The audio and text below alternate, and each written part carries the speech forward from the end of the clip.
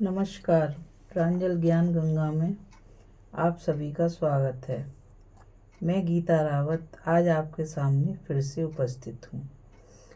कल हमने 16वें अध्याय का पाठ किया था और हमने उस अध्याय में श्रद्धा के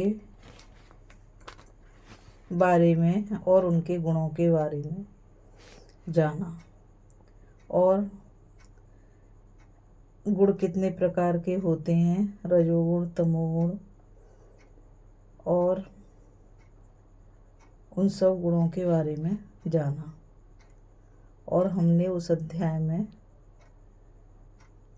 व्यक्तियों के स्वभाव के बारे में भी जाना। तो अब आप और हम 17वें अध्याय की ओर चलते हैं और 17वें अध्याय का श्रवण तथा मनन करते हैं। इस अध्याय का नाम श्रद्धा त्रय विभाग योग है।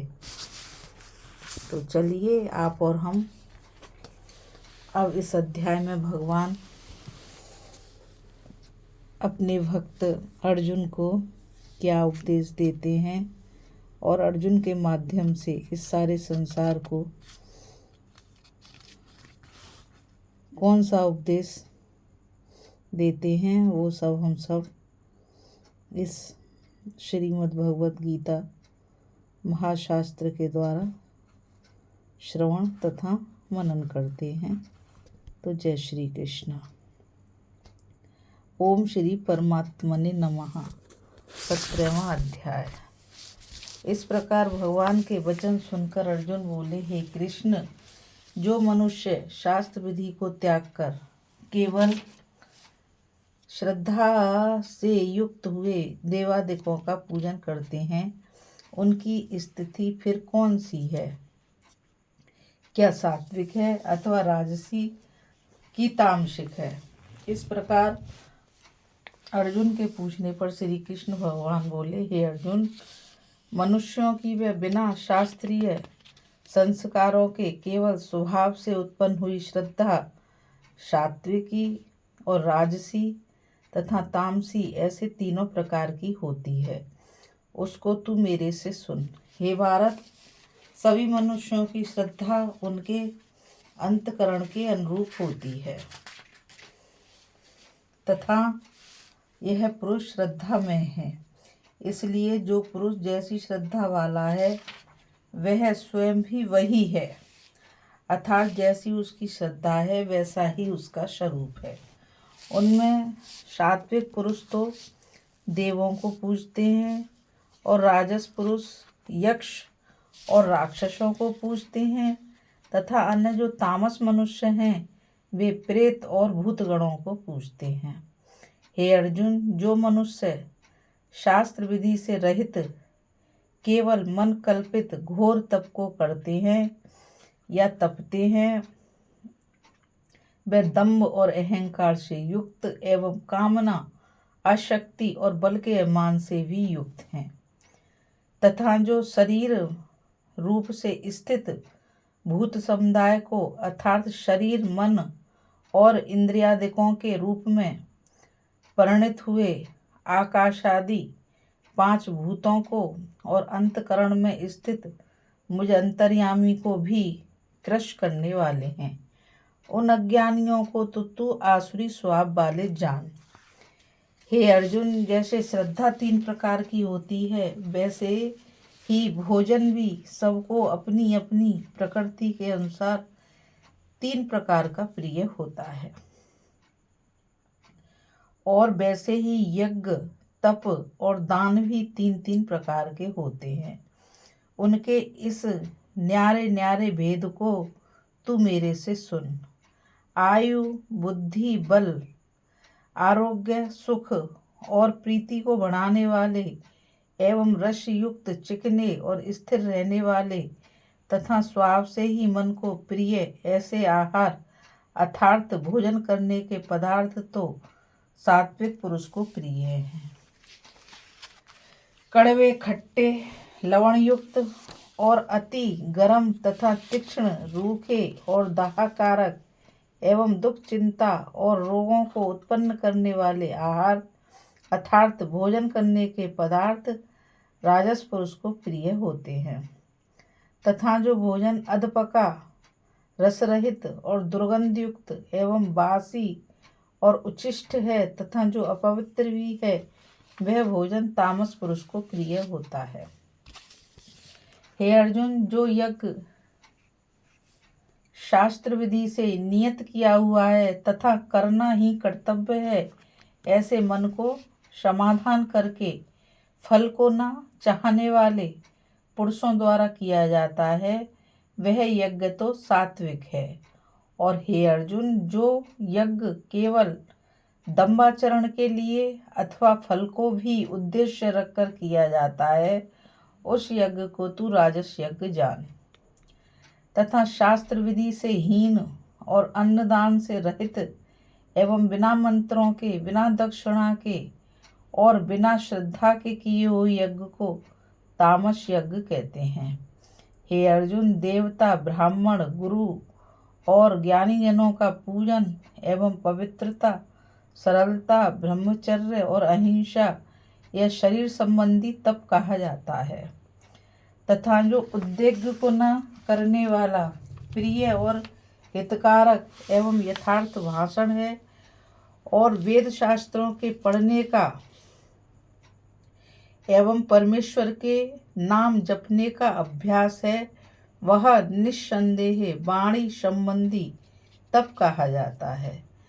तथा मन की प्रसन्नता और शांत भाव एवं भगवत चिंतन करने का स्वभाव, मन का निग्रह और अंतकरण की पवित्रता, ऐसे ये मन संबंधी तप कहा जाता है। परंतु हे अर्जुन, फल को न चाहने वाले निष्कामी योगी पुरुषों द्वारा परम श्रद्धा से किए हुए उस पूर्वोक्त 3 प्रकार के तप को सात्विक कहते हैं। और जो तप सत्कार, मान और पूजा के लिए अथवा केवल पाखंड से ही किया जाता है, वह अनिश्चित और क्षणिक फल वाला तप यहाँ राजस कहा गया है। और जो तप मूढ़ता पूर्वक हठ से मन, वाणी और शरीर की पीड़ा के सहित अथवा दूसरों का अनिष्ट करने के लिए किया जाता है, वह तप तामस कहा गया है। और हे अर्जुन, दान देना ही कर्तव्य है, ऐसे भाव से जो दान देश, काल और पात्र को प्राप्त होने पर प्रयुक्त कार्य ना करने के लिए दिया जाता है, वह दान तो सात्विक कहा गया है। और जो दान कलेश पूर्वक तथा प्रयुक्त कार्य के प्रयोजन से अर्थात बदले में अपना सांसारिक कार्य सिद्ध करने की आशा से अथवा फल को उद्देश्य रखकर फिर दिया जाता है, वह दान राजस कहा गया है। और जो दान बिना सत्कार किए अथवा तिरस्कार पूर्वक अयोग्य, देश काल में कुपात्रों के लिए अर्थात मद, मांस आदि अवक्ष्य वस्तुओं के खाने वालों एवं चोरी जारी आदि नीच कर्म करने वालों के लिए दिया जाता है, वह दान तामस कहा गया है। हे अर्जुन, ओम तत् सत, ऐसे यह 3 प्रकार का सच्चिदानंद घन ब्रह्म का नाम है। उसी से सृष्टि के आदि काल में ब्राह्मण और वेद तथा यज्ञादिक रचे गए हैं।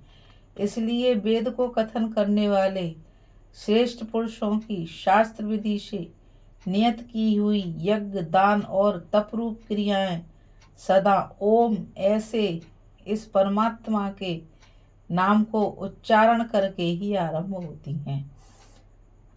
तत् अर्थात तत् नाम से कहे जाने वाले परमात्मा का ही यह सब है, ऐसे इस भाव से फल को न चाहकर नाना प्रकार की यज्ञ, तप रूप क्रियाएं तथा दान रूप क्रियाएं कल्याण की इच्छा वाले पुरुषों द्वारा की जाती हैं। सत ऐसे है परमात्मा का नाम सत्य भाव में और श्रेष्ठ भाव में प्रयोग किया जाता है तथा हे पार्थ उत्तम कर्म में भी सत शब्द प्रयोग किया जाता है तथा यज्ञ तप और दान में जो स्थित है वह भी सत है ऐसे कही जाती है।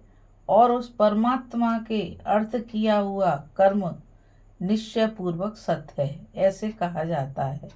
हे अर्जुन, बिना श्रद्धा के होमा हुआ हवन तथा दिया हुआ दान एवं तपा हुआ तप और जो कुछ भी किया हुआ कर्म है वह समस्त असत ऐसे कहा जाता है।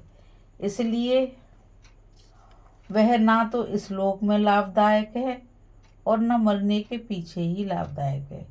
इसलिए मनुष्य को चाहिए कि सच्चिदानंद घन परमात्मा के नाम का निरंतर चिंतन करता हुआ निष्काम भाव से